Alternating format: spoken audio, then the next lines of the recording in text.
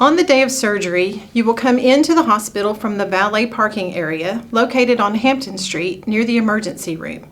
Pre-testing should provide you with a map showing you this location.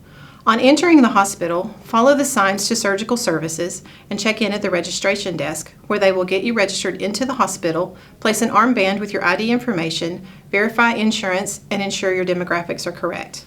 You will then be taken to the 6th floor, which is our Orthopedic Institute. On arrival to the 6th floor, it will take about an hour and a half to get you ready to go to the operating room. There, you will speak with your surgeon, along with anesthesia, who will answer any last-minute questions you have.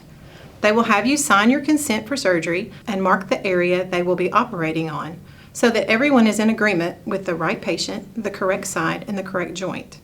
They will place an IV and give you some IV fluids. All patients receive a preoperative dose of IV antibiotics. Your family will be updated throughout the day.